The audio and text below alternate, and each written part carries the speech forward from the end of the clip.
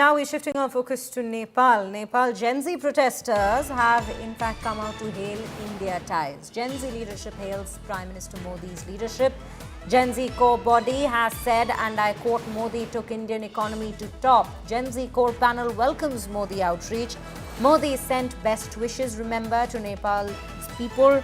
And this is right after Sushila Karki was in fact decided, or rather appointed, as the interim Prime Minister of Nepal. He even wished her from Manipur yesterday while he was addressing the crowds there, the public there, the crowds there who had gathered in Churachandpur and Imphal. He had extended his wish as well. But now these are the latest details. Let's quickly listen in to some reactions on it. प्रधानमंत्री नरेंद्र मोदी के बयान और उनके stand को लेकर आप लोग कल तक बहुत चिंतित थे कि भारत की सरकार आखिरकार इस पूरे क्रांति को किस रूप में देख रही है। आज प्रधानमंत्री नरेंद्र मोदी ने इस पे बयान भी दिया, नई सरकार का स्वागत किया, सुशीला कार्की जी को बधाई दी और युवाओं की तारीफ की नेपाल में, खासतौर पर जिस तरह से नेपाल को दोबारा से आप लोग संगठित करने में लग गए। प्रधानमंत्री नरेंद्र मोदी के इस बयान को जेन ज़ी की ये टीम कैसे देखती है? वो इंडिया बहुत सारे पहले से हमारा अच्छे रिश्ते हैं। वो छिमिक मुल्क कभी वो दूसरे को वो डिसस्टेबिलिटी नहीं देखता है, नहीं चाहते। वो दो करीबी नेबर्स एक दूसरे की स्टेबिलिटी खराब हो ये नहीं चाहते हैं, नहीं हो चाहते वो, क्योंकि वो दूसरे देश में भी इम्पैक्ट पड़ता है। वो नरेंद्र मोदी अभी वो विश्व के टॉप 10 लीडर पे आते हैं। इंडिया के अभी इकोनॉमी दूसरे और तीसरे, आई थिंक तीसरे पर है।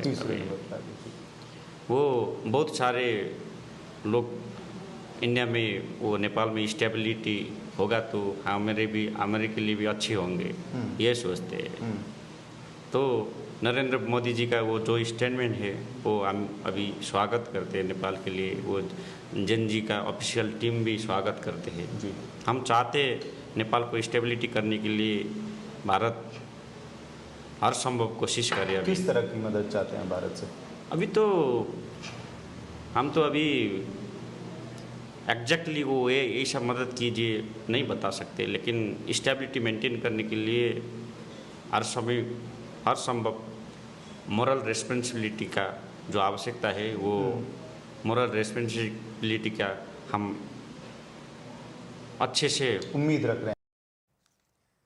Pankaj Das joining us on the broadcast with more details on this now. Pankaj, very good afternoon to you. आपसे ये पहले पूछना चाहूँगी कि जब ओली गवर्नमेंट थी पावर में नेपाल में, हमने देखा है कि ओली गवर्नमेंट प्रो चाइना गवर्नमेंट थी। जब से नेपाल में ये प्रोटेस्ट हुआ है, उसके बाद सुशीला कार्की जी आई हैं पावर में, मोदी जी ने भी खुद उनको विश किया है और ये भी कहा जा रहा है कि ये एक अपॉर्चुनिटी है इंडिया के लिए रिलेशंस बनाने की, रिलेशंस इंप्रूव करने की नेपाल के साथ।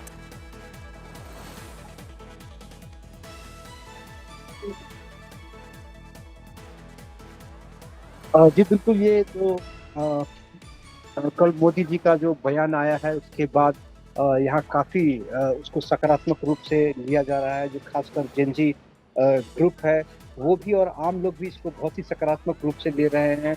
जिस तरह से मोदी जी ने यहाँ पे उसका स्वागत किया है और युवाओं की तारीफ की है, उसको लेकर भी यहाँ काफ़ी सकारात्मक उसका रिस्पॉन्स मिल रहा है।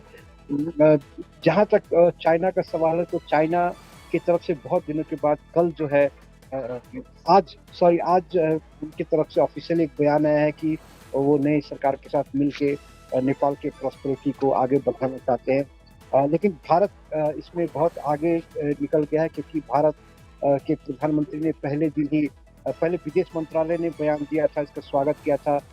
फिर अगली सुबह प्रधानमंत्री ने नेपाली भाषा में सुशीला कार्की जी को उन्होंने बधाई दी थी। और फिर कल मणिपुर की सभा में जिस तरह से प्रधानमंत्री ने तारीफ की नेपाल के युवाओं की और प्रधानमंत्री को, जी बिल्कुल पंकज, ये एक नया चैप्टर हो सकता है इंडिया नेपाल के रिलेशंस के लिए। बिल्कुल, हमें ये सारी जानकारी देने के लिए धन्यवाद। Well viewers, as we are speaking of Prime Minister Modi wishing congratulating, for that matter, former Chief Justice and now the interim Prime Minister for Nepal. Let's listen into what he had said in Manipur during his visit. मैं आज नेपाल में अंतरिम सरकार की प्रधानमंत्री के रूप में पदभार संभालने पर 140 करोड़ भारतवासियों की तरफ से श्रीमती सुशीला जी को हार्दिक बधाई देता हूं। मुझे विश्वास है कि वे नेपाल में शांति, स्थिरता और समृद्धि का मार्ग प्रशस्त करेगी।